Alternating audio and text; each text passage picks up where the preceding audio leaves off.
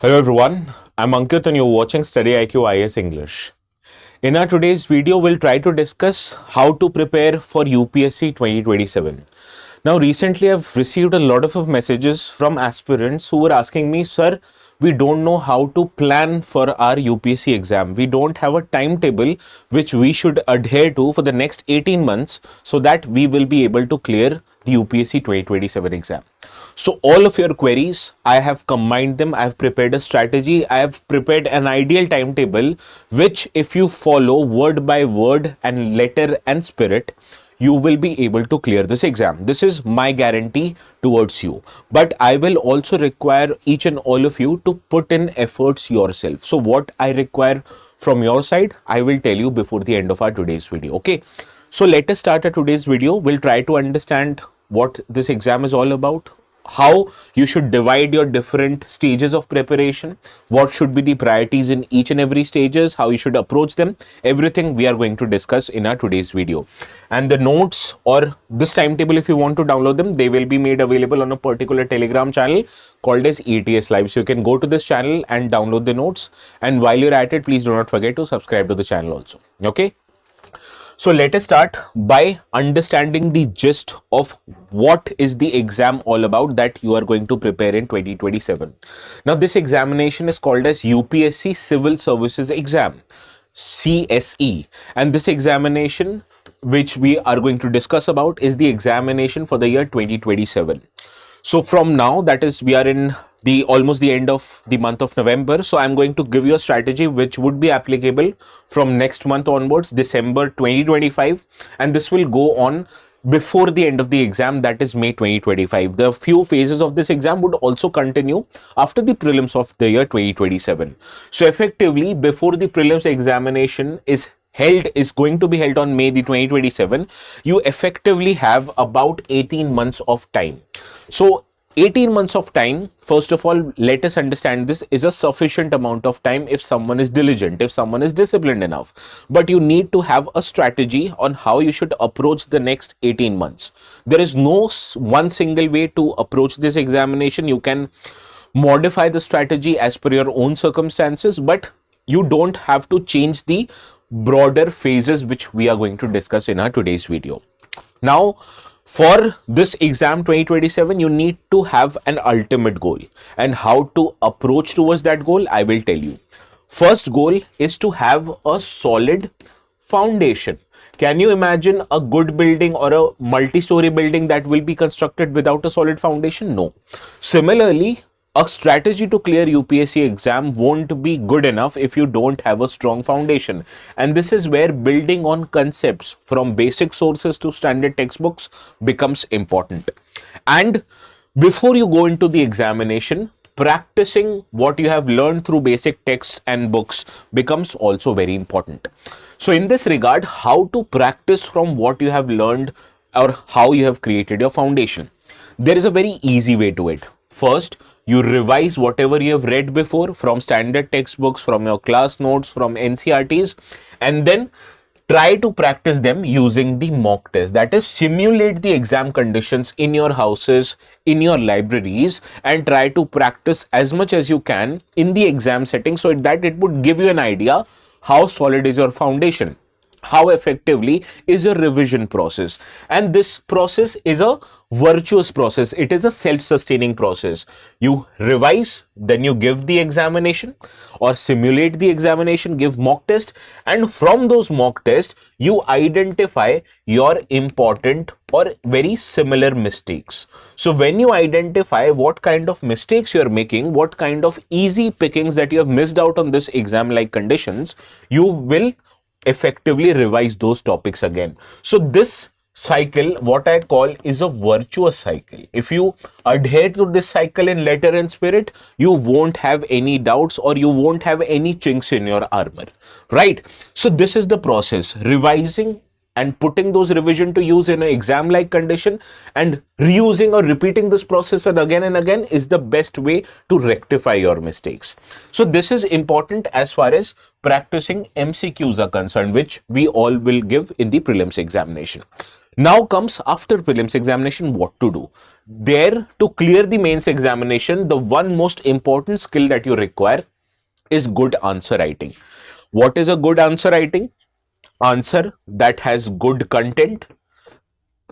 This is the first and the most basic requirement of a good answer. This content should be put in a very structured format so that it gives a good impression. All of your information is structured well so that the demands of the questions are well understood. And all of this you'll have to put in a adequate amount of time or in a timely manner, adhering to the word limit as well as the time which is given you in the exam situation. So all these three things in total would make your answer a good answer, which has a good content, which is provided or presented in a structured manner, and it is written in the adequate amount of time which is given to all the aspirants. So this is how you polish your answer writing.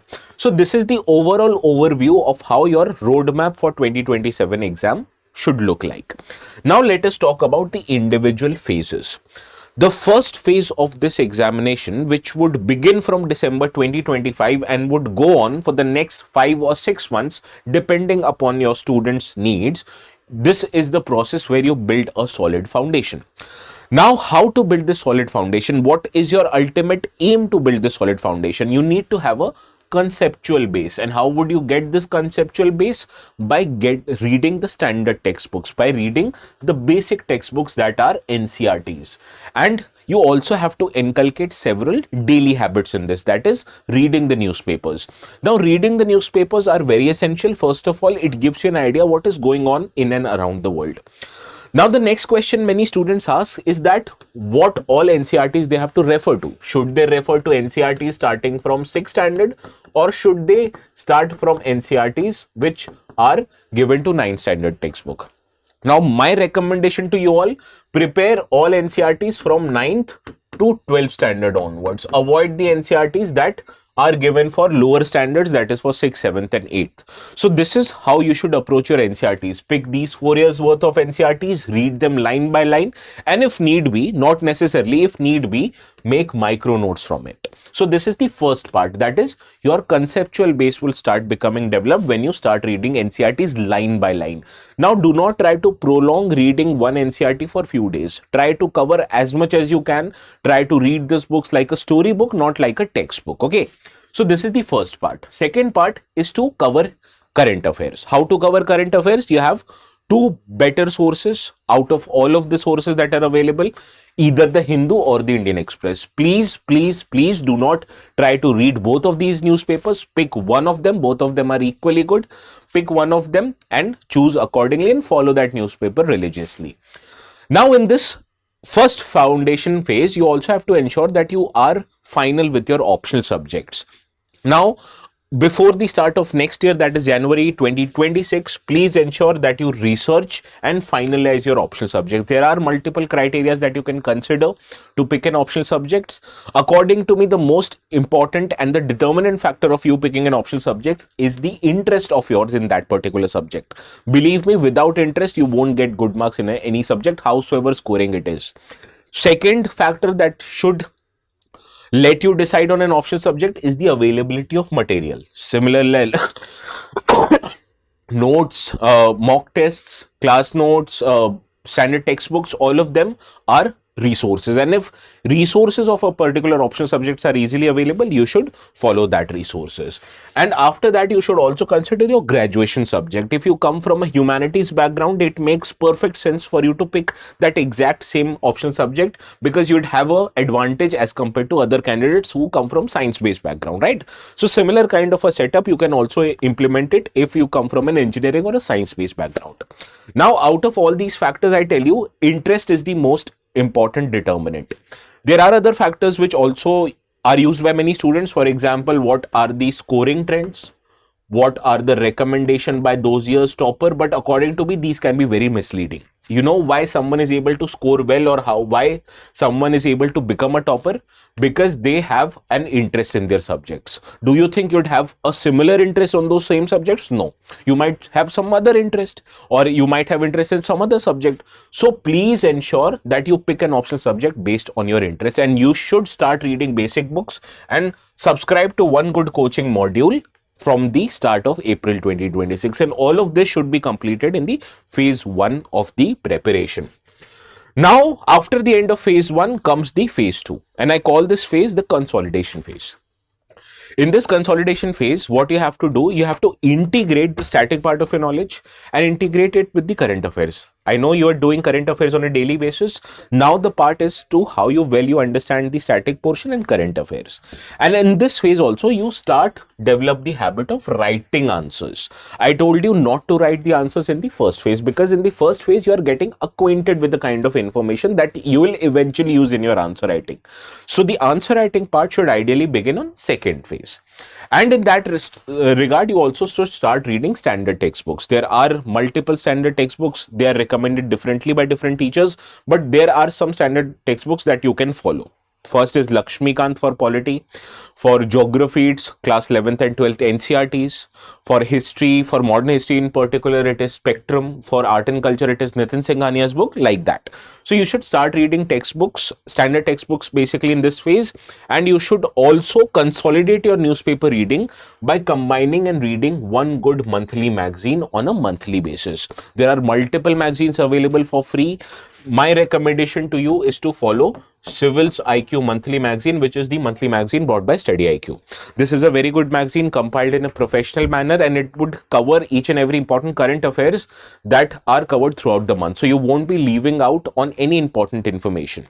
So you read your newspapers daily and you consolidate all of this learning once a month by reading a Civil's IQ magazine, right? Civil's IQ magazine are available for free on the website. Just Google Civil's IQ magazine, download, you'll find the PDF. Okay. And in this consolidation phase, you also need to remember that you have to start mains oriented preparation. Now, what is the difference between prelims and mains oriented preparation? Prelims preparation is mostly factual, right? It is mostly informational, whereas mains related preparation requires you to have a deeper analysis, that is deeper analysis and understanding of the topic, right? So this is what you have to ensure differently, but please do not try to prepare it side by side. You have to prepare one topic at a go. You have to remember important information that can be used for prelims related MCQs, and you have to have the analysis of the problems on those topics if you have to write a good answer on this. Now, in mains examination, the most important ally of yours is your own notes, because in the mains examination, you go through multiple information, and compiling all those multiple information and revising it effectively is best done when you already have your own notes ready with you. And you can also complement these notes by building good mind maps. Mind maps have the ability that it helps you remember each and important thing, and you also have a very good recall factor when you're going to approach the mains examination. In this phase, you'll have to ensure that you start writing answers on a daily basis on the least amount, or at least try to write 5 to 7 GS answers on a weekly basis. And the best way to write answers is not to get questions from the internet.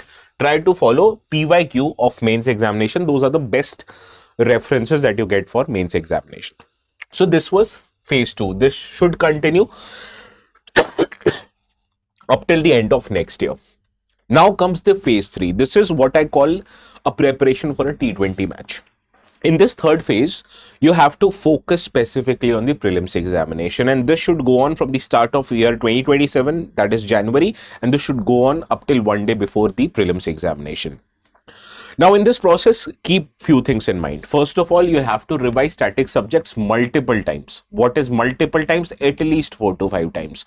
So you must be facing problems that when you're reading information, few days down the line, you're not able to recall it. This is a common problem everybody faces. How to address this problem? Read one thing multiple times. So when you read one thing multiple times, your recall factor improves. You'll be able to retain much more information than you're about to write now. And in this process, you also have to ensure you have to go through the current affairs of last 1.5 years. So suppose if you're giving examination in May 2027, you should start covering current affairs from January 2026. right?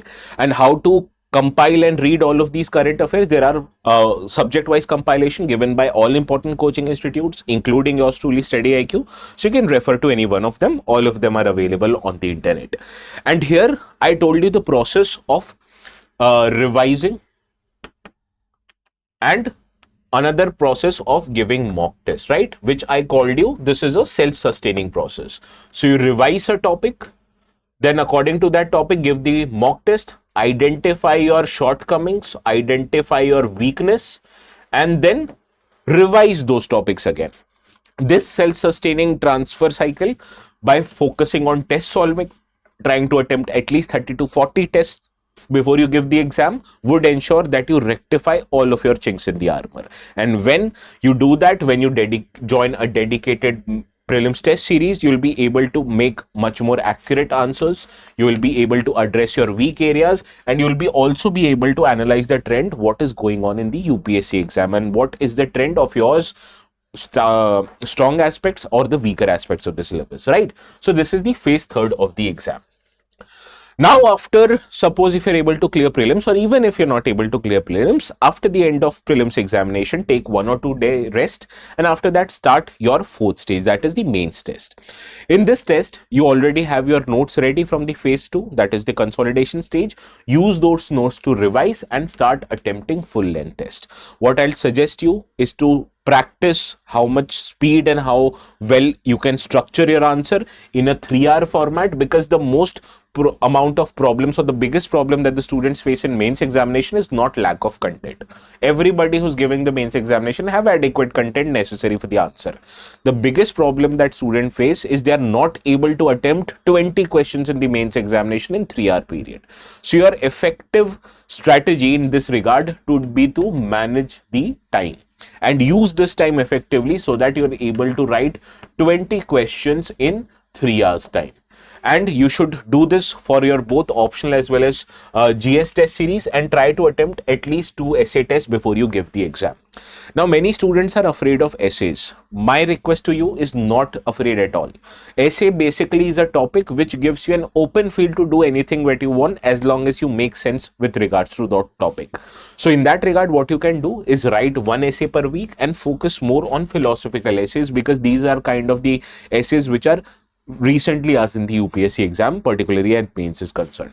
And again, the most important determinant in this mains test series or main stage is to revise GS, optional and ethics at least twice before you give the exam. And where to revise this from? From the notes that you have prepared yourself in the second phase, right? So this is the fourth stage, which should go on after the end of the prelims examination, sorry. And after you clear your prelims, you should begin preparing for the interview. Now, before the interview process, or even before the mains examination, you are required to fill a detailed application form. And whatever information you have provided, where your current address is, where your birthplace is, what your hobbies are, what your previous work experiences are, what your graduation subject like, pick those questions and prepare the answers of those questions accordingly. So this is the first process. And to prepare for the mains effectively, I would personally also recommend you to start reading one good local newspapers in addition to the Hindu or the Indian Express that you are already covering, right?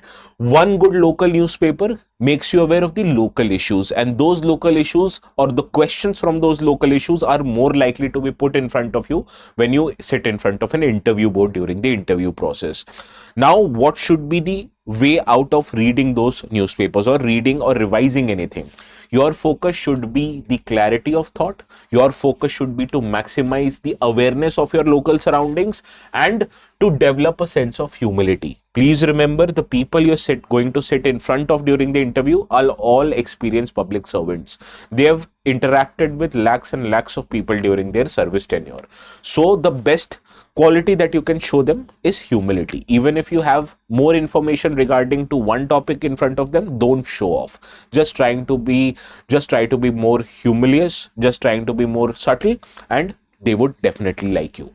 So before the end of our today's discussion, I told you, right, I require something from your side, and this something, what I call is 3 Ds. What are these 3 Ds? First of all, for your goal or for your ultimate aim, that is to clear the exam, you need first D, that is the part of dedication.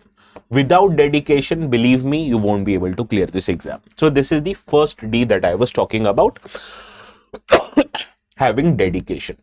Second D is what I called as discipline, right? Now, discipline is very essential as far as your mains examination or as far as your UPSC exam is concerned, because we all have weekly as well as daily targets. Do you think you'll be able to clear your weekly and daily targets without the necessary discipline? No, right? So this is the second D I'm talking about. Now, whenever you're reading something diligently, it is quite normal for you to have doubts. Now, is it good to have doubts? Yes, but is it good to let those doubts fester? The answer is no. So the third aspect is your doubts solving. And this is the third D I'm talking about. If you are dedicated enough, if you're disciplined enough, and if you get doubts, and if you are dedicated enough to solve those doubts, your each and every aspects of your exam is covered, right? So this is the 3D approach I'm talking about that you need to cover, and these 3Ds are very essential before or if you want to clear this exam. Now, students who are currently in college, students who are working professionals, they might face certain challenges. You know what kind of challenges they might face as compared to a full-time aspirants?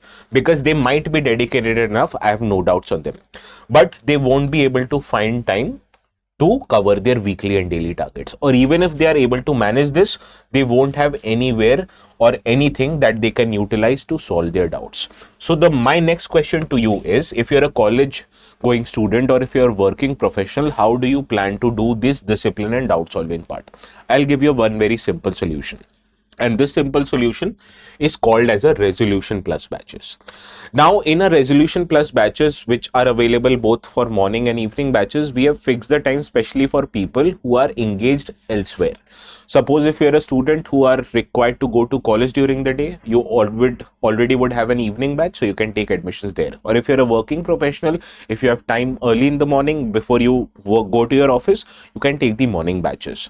The benefit of these batches is that we cover each and every subjects which are there for UPSC, from prelims, from mains, and from interview point of view. You will be given a dedicated notes so that you won't have to prepare your notes yourself. You will be subscribed to a test series for both prelims and mains so that you don't have to go buy test series yourself. Similarly, you'll also have an access to mentorship.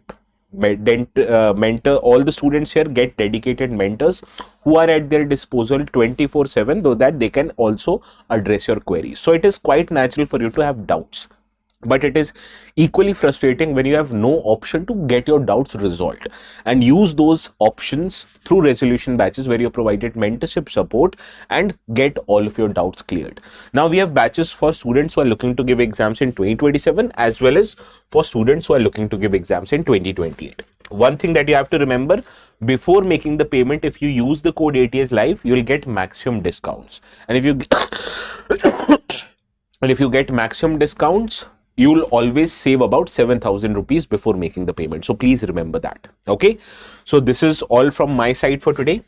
If you want to download the notes that I've explained it to you, you can go to this Telegram channel. I'll also leave my email ID. It is called as ankit.singh1@studyiq.com.